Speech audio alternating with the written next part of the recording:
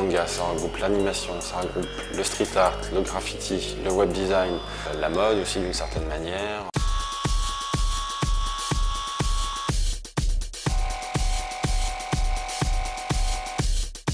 Bien évidemment qu'il y a un mouvement, ouais, carrément. La preuve, ouvre tous les magazines, les shoppings de Noël, les shoppings de la Saint-Valentin, même les trucs de meufs, elle et tout ça, ils disent ah tiens, un petit bear brick pour la Saint-Valentin. Et ouais, il y a un mouvement, il y a une dynamique, il y a un truc qui est en train de se passer autour de ce phénomène complètement, quoi. Je pense qu'il y a une partie d'effet de mode, c'est une certitude. Enfin, c'est difficile à nier, quoi.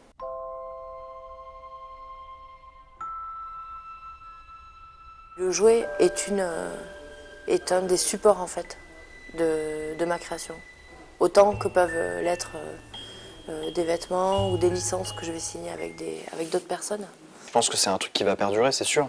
Il y a des gens qui vont continuer à évoluer là-dedans, qui vont trouver des trucs intéressants, qui vont... Il n'y a pas de raison que ça s'arrête. Les jouets ont existé avant que ça devienne un délire branché, donc ça va continuer, c'est sûr. Culture, c'est peut-être encore un peu tôt pour...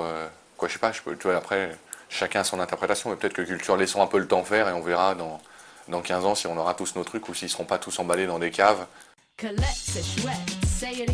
C'est comme le reste du magasin, ça fonctionne beaucoup par coup de foudre, ceux qui nous font vibrer, et quand pour moi il y a vraiment une expression artistique. Plus qu'un mouvement, pour moi c'est rentrer dans les normes d'un support de création, un média comme peuvent être des magazines ou des livres. Donc ça a été un phénomène, c'est peut-être arrivé comme ça soudainement, plein de presse dessus sur le phénomène des jouets pour adultes. Mais je pense que c'est pas quelque chose qui va d'éphémère. Je pense que ça y est, ça s'est imposé. Après, aux marques et aux artistes d'être intelligents pour faire vivre longtemps ce mouvement et non pas lasser tout le monde, à la fois les collectionneurs et les gens qui sont juste un petit peu curieux. Quand les premiers joujoux Star Wars sont sortis, il y a eu une espèce de folie envers ça. Mais vraiment une folie. Et il y avait un effet de mode réel.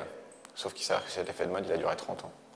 Mais ouais, mouvement, bien évidemment qu'il y a un mouvement de personnes, puisqu'autour on est plein à se réunir, aller à des expos, des choses comme ça.